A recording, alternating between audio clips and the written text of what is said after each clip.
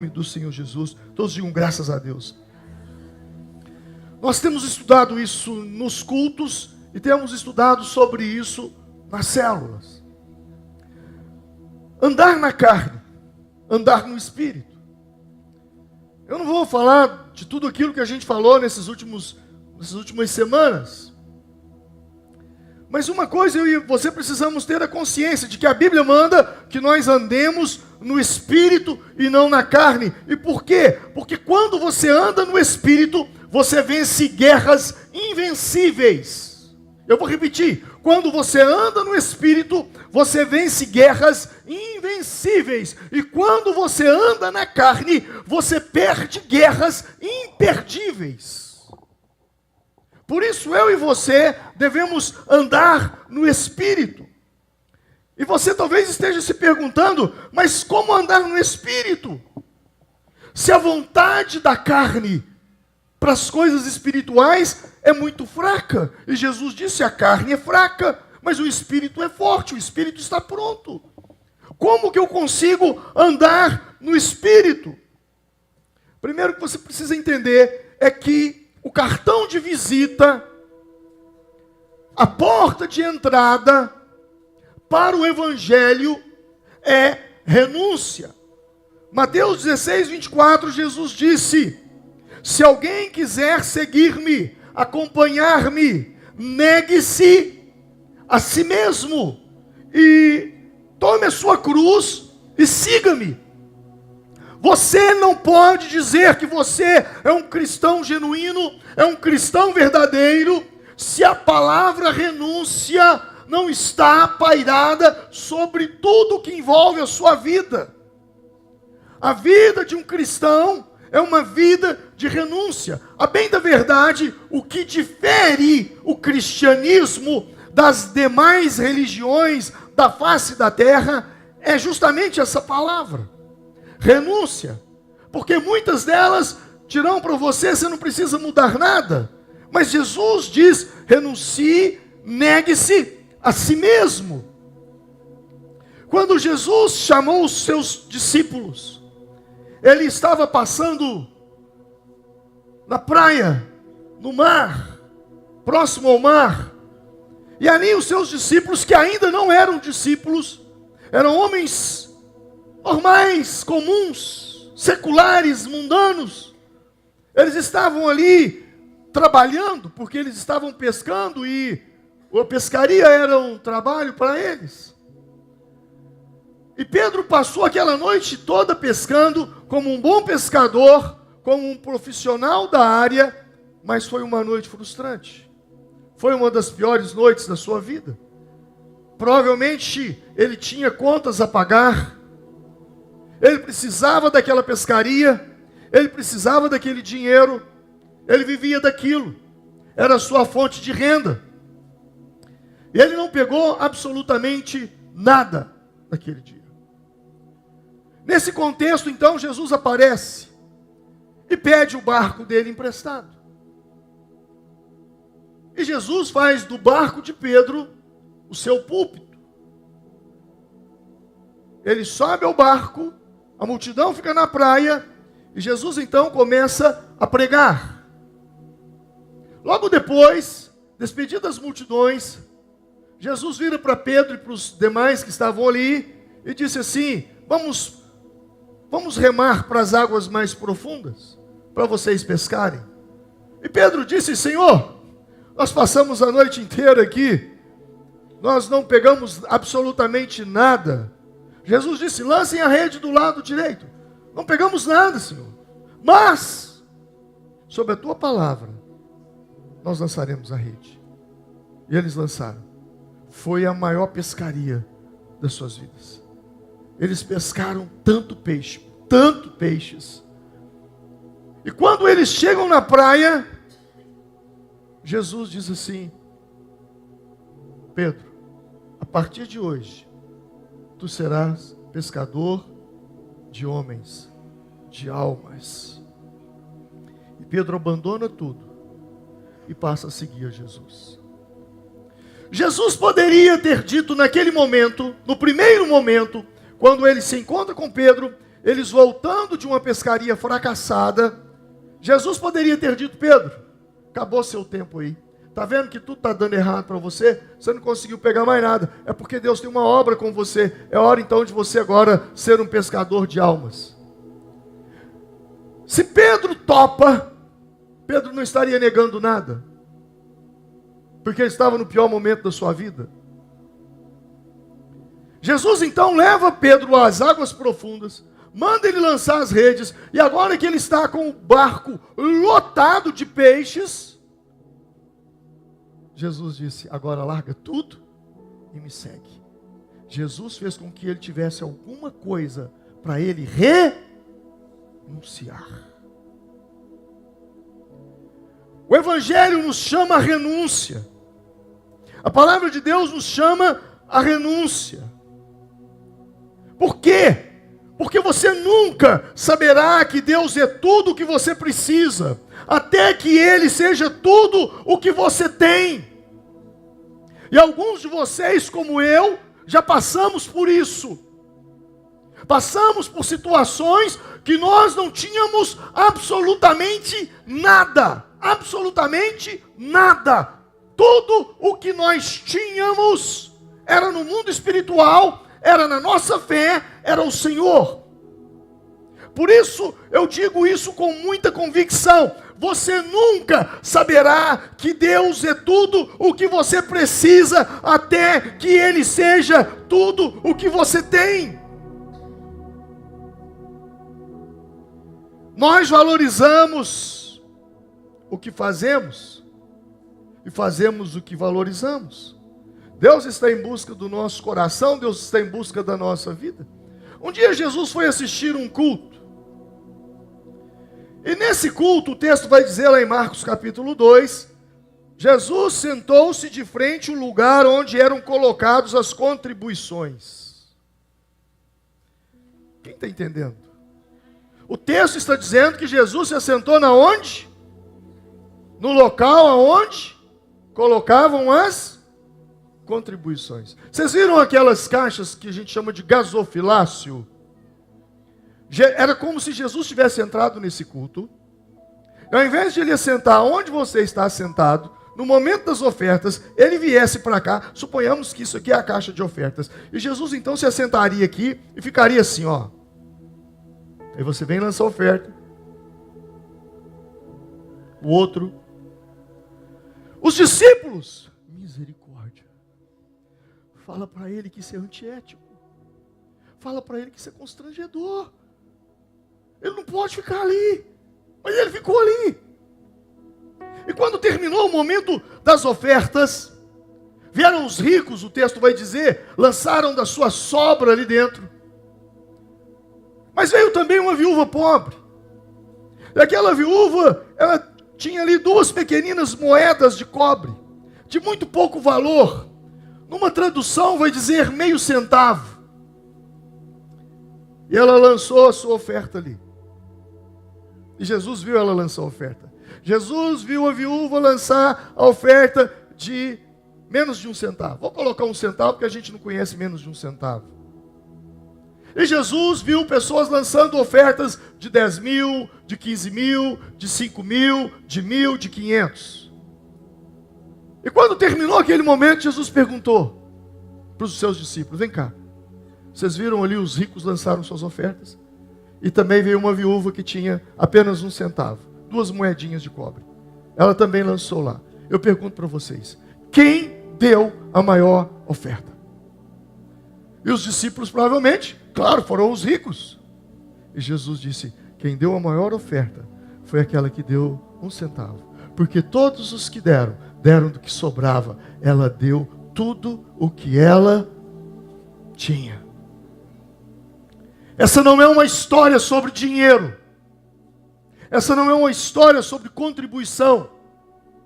Essa é uma história sobre corações. E por que eu digo que é uma história sobre corações? Por quê? Porque em Mateus capítulo 6, versículo 21, Jesus disse: porque onde estiver o vosso tesouro, aí também estará o quê? O vosso coração. O coração ele segue o tesouro.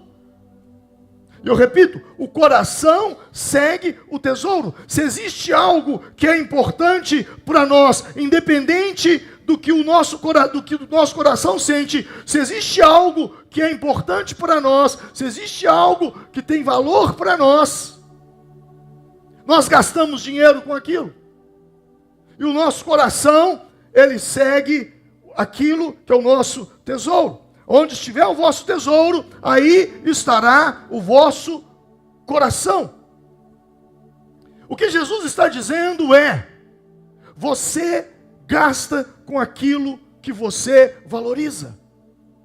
Não é sobre o que a viúva deu, o que os ricos deram. A palavra não é sobre dinheiro, mas é onde está o seu coração.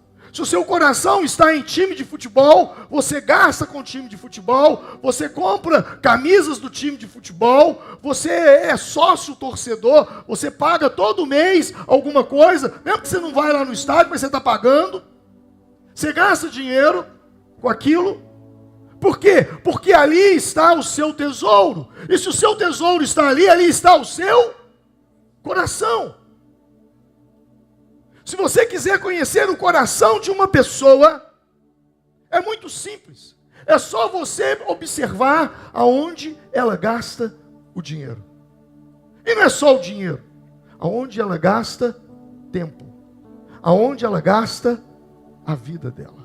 E por que que eu friso isso? Porque nós valorizamos o que fazemos e fazemos o que nós valorizamos. A maneira como nós lidamos com o nosso dinheiro, com o nosso tempo, com a nossa vida, revela o nosso caráter, revela as nossas prioridades, revela as nossas lealdades, revela os nossos gostos. Por isso eu digo, quer conhecer o coração de uma pessoa, observa onde ela gasta tempo, saúde e dinheiro. E isso é uma reflexão para mim e para você. Porque se o seu coração está nas coisas do Senhor, você gasta com as coisas do Senhor.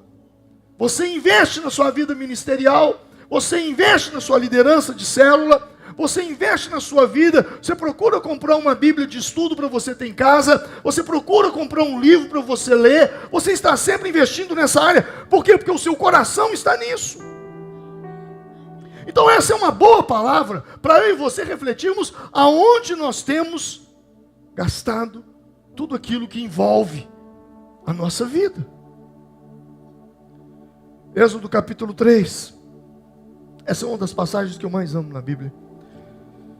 Moisés, o texto vai dizer assim: Moisés pastoreava o rebanho de Jetro, seu sogro, sacerdote de Midian.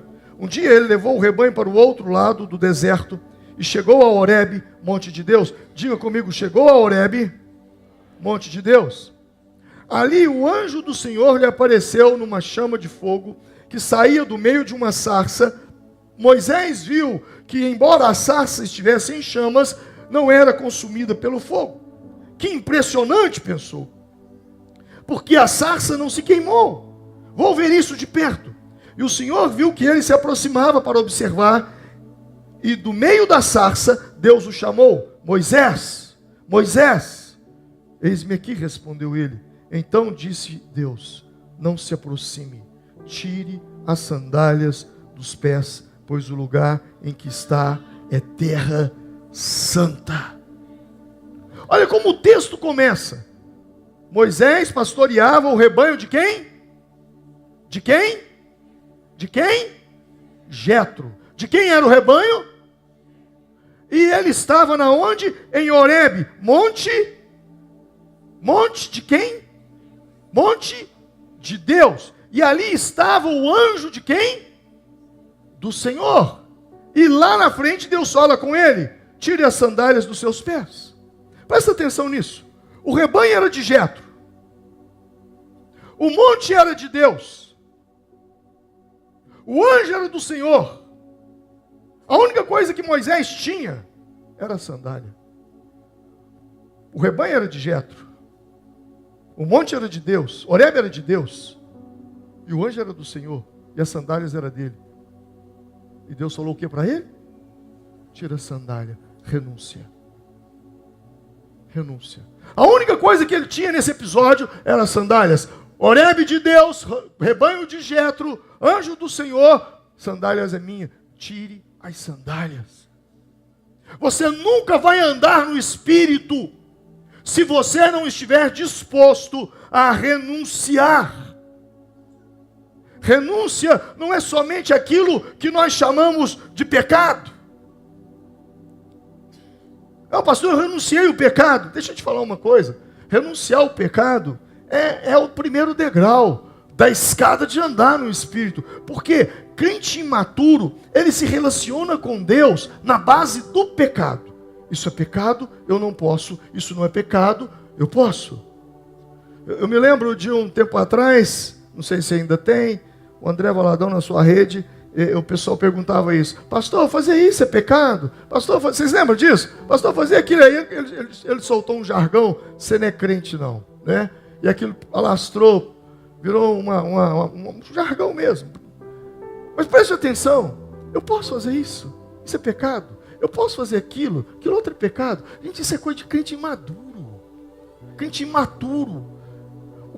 O crente que não é maduro, ele se relaciona na base do é pecado ou não é pecado. Quem está entendendo?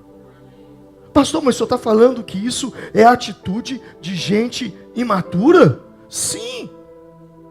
Sim. Mas o senhor está falando que o fato da pessoa renunciar o pecado, isso é imaturidade? Sim. Mas a Bíblia não manda eu renunciar ao pecado? Sim. Sim. Você precisa renunciar ao pecado, mas eu não posso me relacionar com Deus com base no isso é pecado, eu não posso. Isso não é pecado, eu posso. Isso é pecado, eu não posso. Isso não é pecado, então se isso não é pecado, então eu posso. Esse é um nível muito baixo de fé.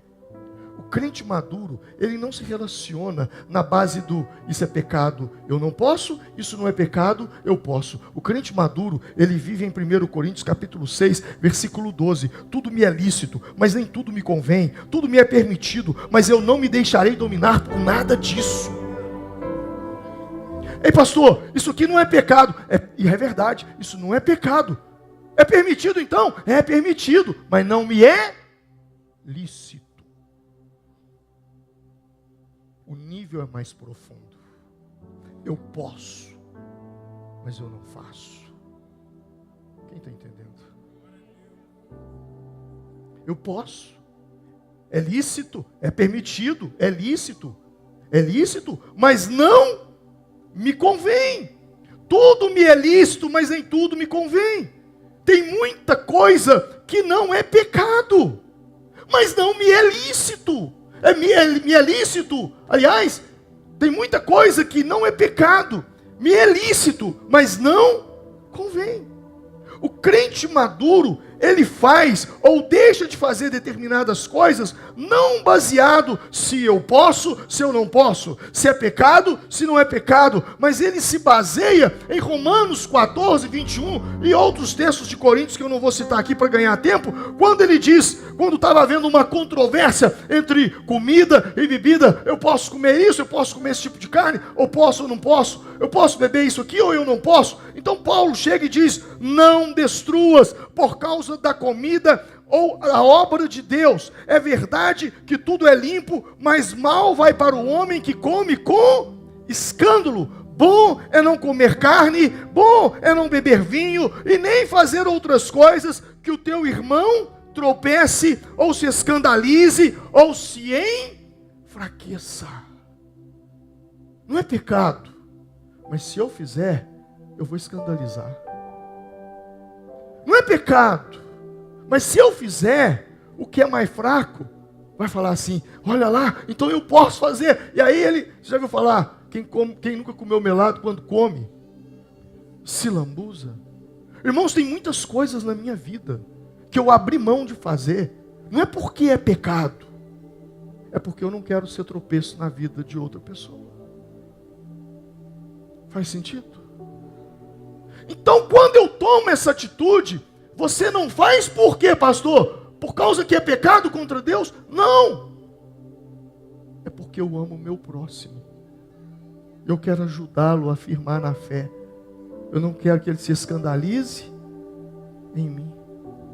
Eu posso, O texto diz, eu posso, tudo me é lícito, mas nem tudo me convém. E por que não me convém? Porque eu vou escandalizar. Eu vou escandalizar. Então esse é um nível maior de amor. Para que as pessoas olhem para mim e vejam Cristo em mim. Para que as pessoas vejam para mim e o meu comportamento, a minha conduta, sirva para a salvação, para abrir os olhos para a salvação dessa pessoa. Então esse é o primeiro cartão de visita. Agora o segundo é, você não vence a carne sacrificando a carne. Você não vence a carne lutando contra a carne, fazendo penitência, fugindo de tudo, se isolando das pessoas. Tem gente que quer vencer a carne, eu preciso vencer minha carne, eu vou então sacrificar o meu corpo, eu vou bater no meu corpo, eu vou chicotear o meu corpo. Você não vai vencer a sua carne. Não, eu vou andar agora olhando para o teto, para mim não ver mais nada na terra. Você vai tropeçar, vai cair, vai machucar. Só existe uma forma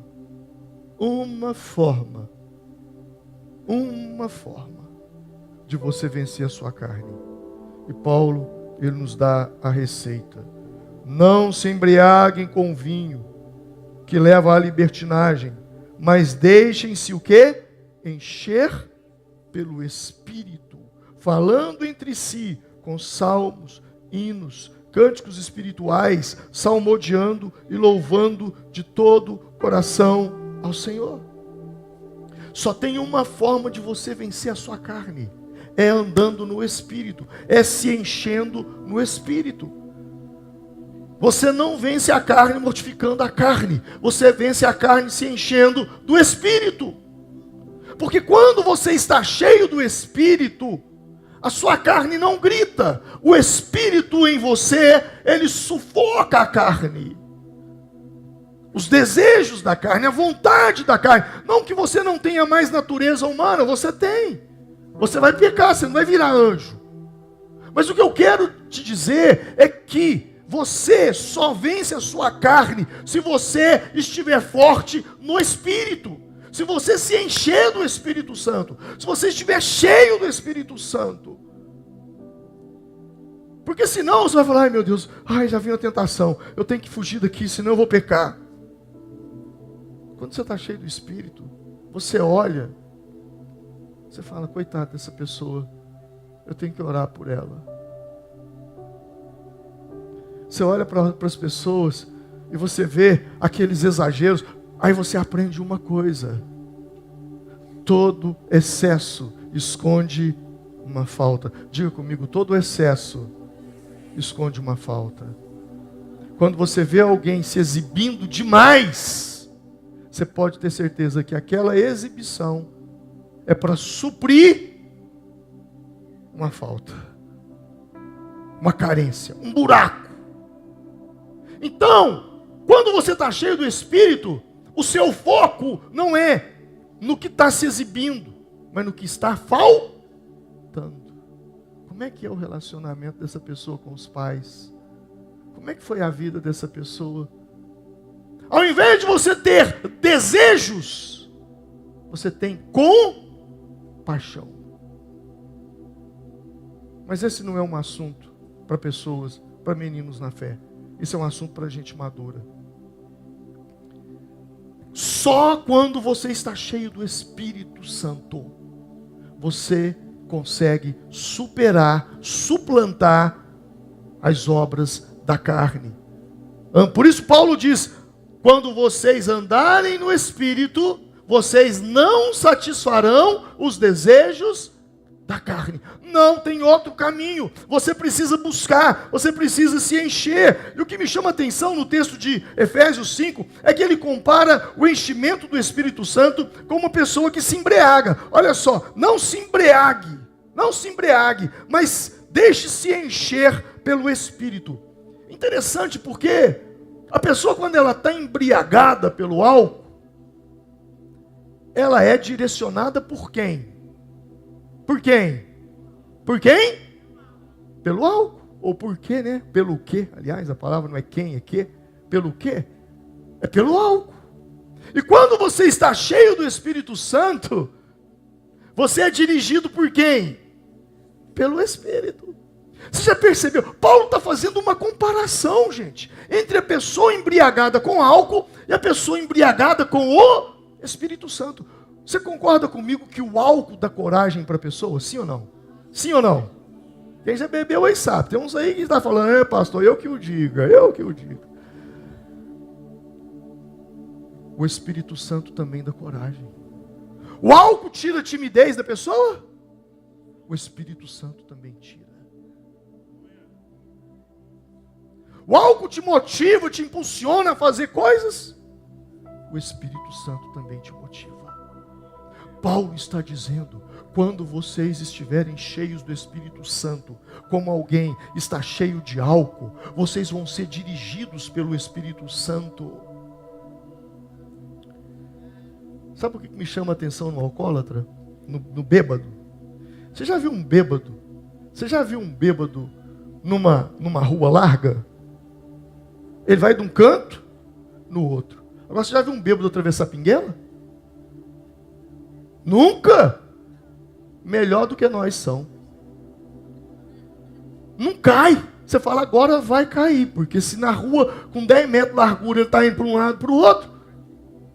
Mas, quando ele entra para passar numa pinguela, ele vai reto. O foco, a atenção periférica some, só fica o focal mesmo ali, e ele passa. Olha, você observa. É que não está tendo muita pinguela mais, né? Mas o que eu quero dizer com isso é que quando você está cheio do Espírito Santo, nos caminhos estreitos da vida, você consegue passar de cabeça erguida, sem cambalear nem para lá e nem para cá.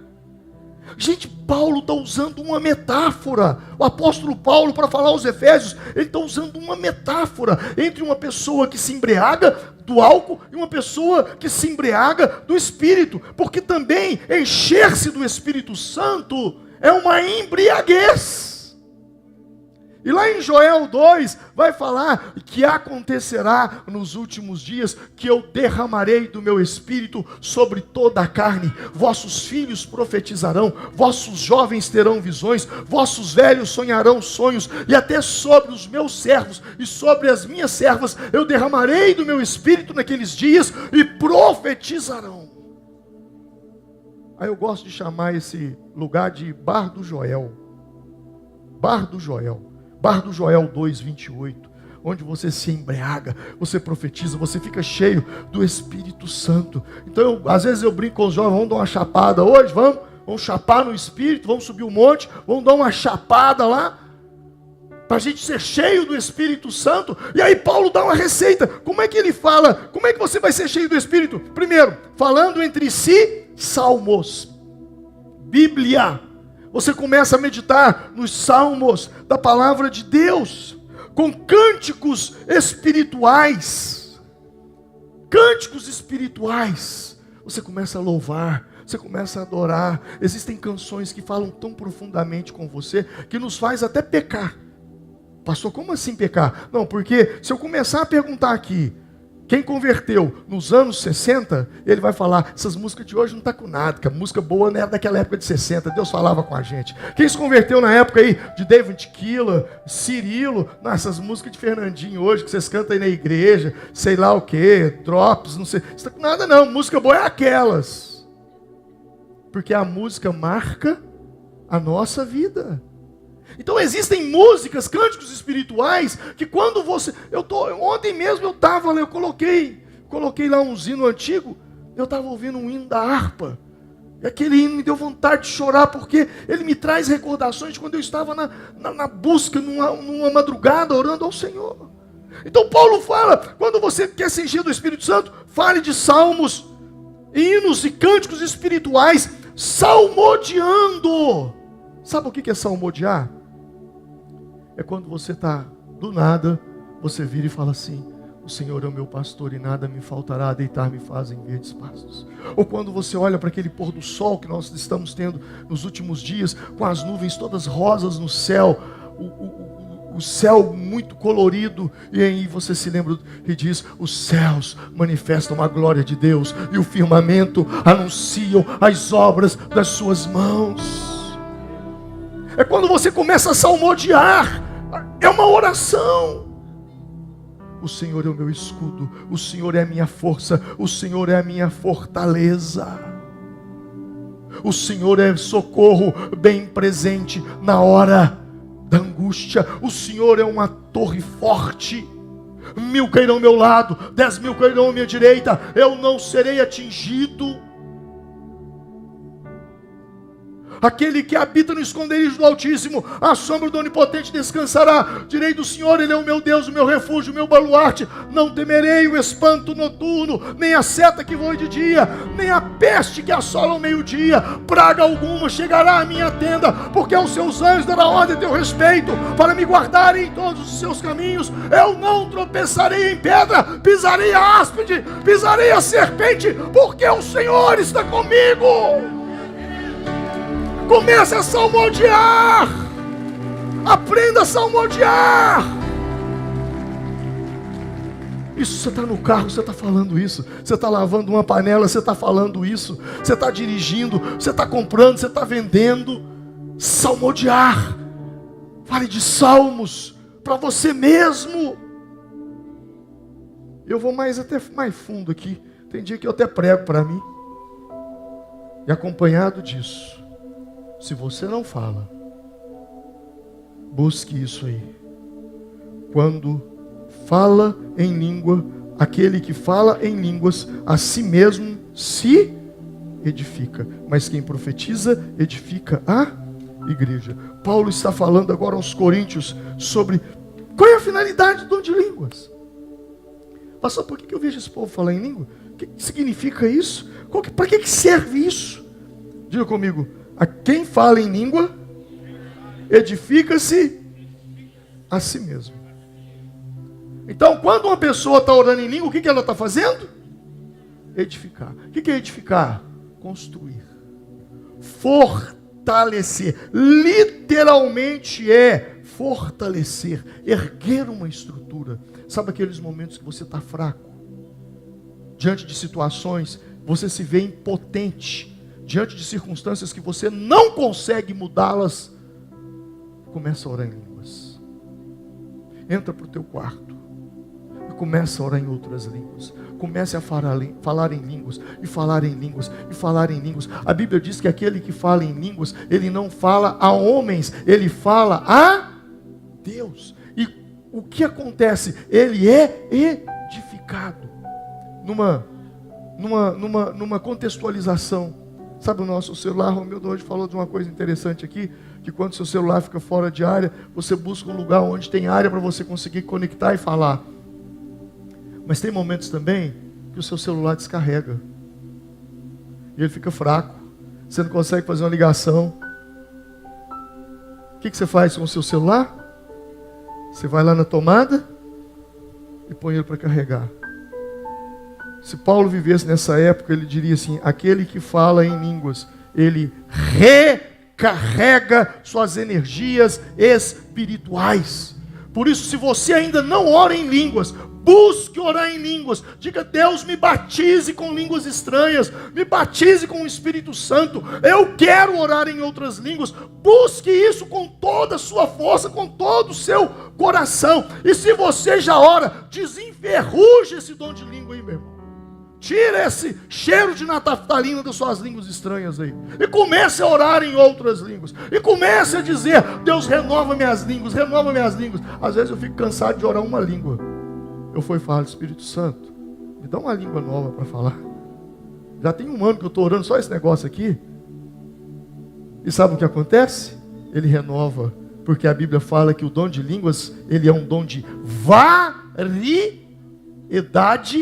de línguas. Então você tem que orar em línguas, você tem que pedir a Deus, porque isso te fortalece. Quando você mantém uma vida de oração, você começa então a viver no Espírito e a sua mente começa a mudar. Por quê? Porque você aprende que na Bíblia tem peneira de pensamento. Filipenses capítulo 4, versículo 8, diz assim: finalmente, irmãos, tudo que é verdadeiro, tudo que é respeitável, tudo que é justo, tudo que é puro, tudo que é amável, tudo que é de boa fama, se há alguma virtude, se há algum louvor nisso, seja isso que ocupe o vosso pensamento.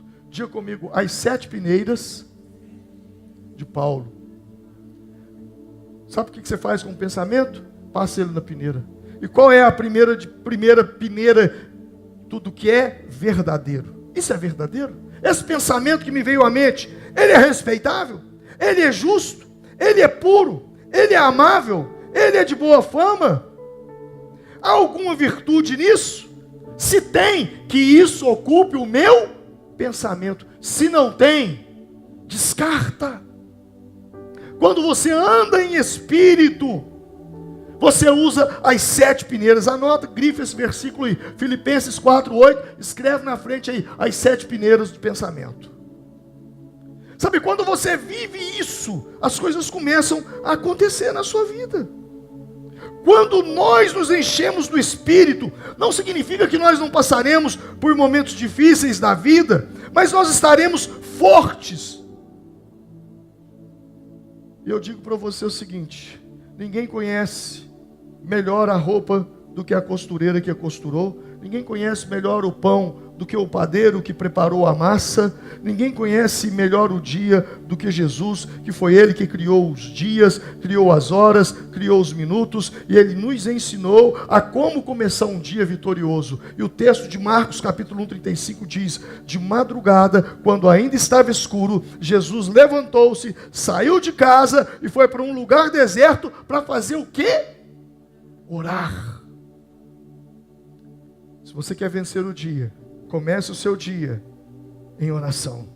Nós não podemos ser vitoriosos no dia sem antes apresentá-lo em oração. Eu não sei se você sabe, mas nós já estamos aqui há mais de 50 dias, pastor Edilson.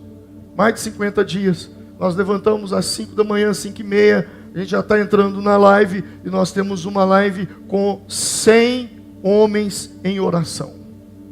Nós já estamos há 50 dias fazendo isso, orando pelo top. 50 dias, levantando de madrugada. Eu estou dormindo 8 horas da noite. Eu estou igual o povo antigo. Deu 7 horas, eu já estou caçando cama, porque a gente já está num pique. Mas eu te digo uma coisa: o dia é outro. Quando você começa o dia em oração, o dia é outro. Você precisa viver aquilo que Jesus disse: o vento sopra onde quer, você o escuta, mas não pode dizer de onde vem, nem para onde vai. Assim acontece com todos os que são nascidos no Espírito. Jesus está nos dizendo aqui que quem anda no Espírito, quem anda em oração, é como o vento. Você não sabe de onde vem, você não sabe para onde vai. Assim é aquele que é nascido do Espírito. Uma das coisas que mais acontece na vida de quem anda no Espírito é que Deus te leva a lugares que não tem nada a ver com você. Pessoas que não tem nada a ver com você. Áreas que não tem nada a ver com você. Eu vou repetir. Quando você anda no Espírito, Deus te leva a lugares que não tem nada a ver com você, a pessoas que não tem nada a ver com você, áreas que não tem nada a ver com você. E você pergunta: Deus, o que eu estou fazendo nesse lugar? O que eu estou fazendo com essas pessoas? O que eu estou fazendo nessa área? Isso tem nada a ver comigo. Por que o Senhor me trouxe aqui? A resposta é simples. Quando você anda no Espírito, é assim. Deus é assim. Quando você tem problemas, Ele te leva a lugares que tem solução.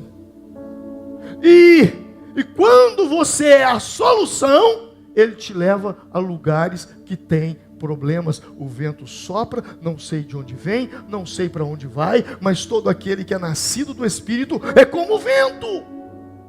Deus te leva a lugares que não tem nada a ver com você, pessoas que não tem nada a ver com você, porque se você é a solução, Deus te leva a lugares onde há problema, para você ser solução para eles. E quando você está com problemas, Deus traz até você lugares, pessoas e áreas que não tem nada a ver com você. E essas pessoas, áreas e lugares vêm como uma solução para a sua vida. A vida é assim. Eu me lembro, eu estava em Arcos. Não sei o que eu fui fazer em Arcos. Era dia, de tarde. Eu estava passando perto de uma praça, eu estava a pé. E veio uma senhora e falou assim: moço, o senhor me dá uma esmola? O senhor me dá um trocado aí? Eu olhei para aquela senhora, uma senhorinha. Eu falei assim: dou, mas com uma condição. Ela falou assim: qual? A senhora me escuta por pelo menos 2, 3 minutos e deixa eu fazer uma oração pela senhora? Ela falou assim: pode. Eu fui, peguei o dinheiro e dei para ela e falei: então vamos sentar aqui nesse banco. Eu comecei a falar de Jesus para ela. Eu comecei a falar da salvação para ela. E quando eu terminei, eu falei: agora eu posso orar pela senhora? Ela falou assim: pode. Ela imaginou que eu ia orar quando eu chegasse em casa. Eu falei: fecha os olhos que eu vou colocar minha cabeça na mão da senhora agora. Eu coloquei a mão na cabeça da mulher, a mulher caiu endemoniada. Ela caiu no chão. Eu expulsei o demônio daquela mulher, mandei ele sair no nome de Jesus e falei: agora a senhora vai procurar uma igreja para a senhora servir a Cristo. Que quando a senhora começar a servir a Cristo, vai se cumprir uma palavra de Salmos na vida da senhora, quando o salmista diz: fui moço, agora sou velho, jamais vi o justo desamparado e a sua descendência mendigar o pão. Deus nos leva a lugares, a áreas e a pessoas. Eu me lembro quando a nossa igreja era muito pequenininha, nós juntávamos em volta de umas 50, 70 pessoas. E a nossa igreja só tinha 3 irmãos que tinham carros na igreja. O irmão Edmar tinha uma variante velha, o Paulo tinha uma Kombi e o pastor Manuel tinha um Fusca. Não era isso? Eram os 3 carros da igreja. E eu havia recebido uma igreja para cuidar, numa cidadezinha chamada São Vicente de Minas. Está quantos quilômetros daqui lá, pastor? Por aí, porque daqui a Carranca são 200, mais ou menos, né? E aí, tudo bem. Como é que eu chego lá, Paulo? Ô Paulo, tem um ônibus do Gontijo, mas nesse horário vai complicar. Eu vou arrumar lá na Vale do Ouro uma carona com um motorista. Eu lembro do nome do cara até hoje, Colorido. Nome do moço. E aí ele: não, te dou uma carona até Lavras. Está aqui o Roberto. Roberto, vamos comigo. Roberto foi comigo naquela viagem. Nós pegamos o ônibus, descemos em Lavras. Antes eu tinha falado com o irmão Brito. Irmão Brito, Deus me deu um sonho que eu estava pregando em Lavras e aconteceu um avivamento, um negócio muito forte. O irmão Brito falou assim: irmão, já morei lá. O povo lá é coração duro. As igrejas lá é meio esquisita. Eu falei: não sei, vamos ver se for de Deus. E aí surge essa situação que eu tinha que viajar para São Vicente de Minas. E o único jeito era pegando uma carona de caminhão daqui até Lavras. E chegando lá em Lavras eu procurei a estação, porque eu tinha que ir de trem. Não tinha ônibus. No Pastor Cé das Antigas mesmo, hein? Pegar um trem. E aí nós achamos um hotelzinho lá e fomos numa sorveteria. Eu falei: onde é que tem uma igreja de crente aqui? Só tem uma aqui, ó. O Brasil para Cristo. Eu falei: no sonho tinha um trem de Brasil mesmo. Eu falei: se for de Deus, vai acontecer. Gente, a nossa igreja não tinha 100 membros. Ninguém me conhecia, ninguém conhecia a Vale. Eu falei: se for de Deus, então Deus vai ter que fazer desse jeito. Vesti uma camisa de malha, uma calça jeans e fui para o culto. Quando nós chegamos lá no culto, era uma festa, bebê. Tinha ônibus de tudo quanto é lado, parado de fora da igreja e tal, uma festança, não sei se era aniversário da igreja, e o púlpito, a igrejinha pequenininha, e o pastor lá no púlpito, os obreiros sentados no altar da igreja. Eu falei: eu vou sentar aqui no fundo. Sentei lá no fundo, fiquei quietinho. Aí veio um diácono da igreja, falou: estou anotando o nome do visitante. Qual que é seu nome? Eu falei: meu nome é Alvim. Não falei que eu era pastor. Alvim. Eu estou lá. O nome do Roberto estava comigo. E canta e prega e não sei o quê. Daí a pouco passa a palavra para o pastor presidente da igreja. Ele pega o microfone. um velhinho, ele ficava assim com o microfone. Irmãos, eu quero apresentar os nossos visitantes aqui hoje. Por favor, fica de pé. O irmão fulano, Beltrano, o povo das outras igrejas estava visitando, foi ficando em pé. Eu fiquei. Está também aqui, conosco aqui, é o irmão fulano, o irmão Alvim e tal. Aí ele parou, olhou assim, apontou o dedo para mim e falou assim: moço, eu não te conheço, mas Deus está falando que o seu lugar não é aí. Deus está falando comigo que o seu lugar é aqui. Por favor, sai daí e vem para cá. Sabe quantos anos eu tinha, irmãos? 23 anos. Eu era um garoto. De jeans, camiseta. Saí lá de trás.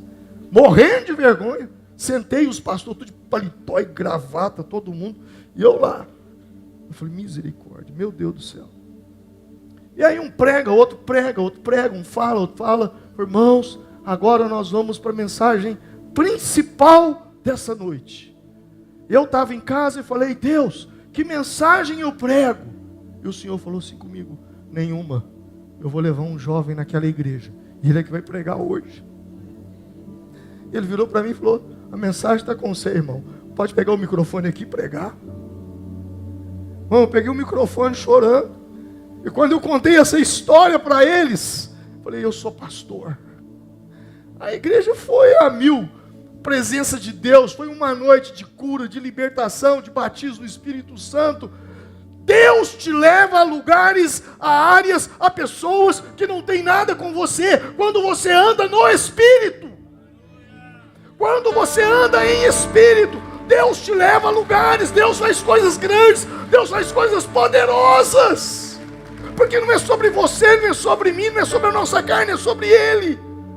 Se prepare. Quando você começar a andar em Espírito, você vai ver Deus te usar.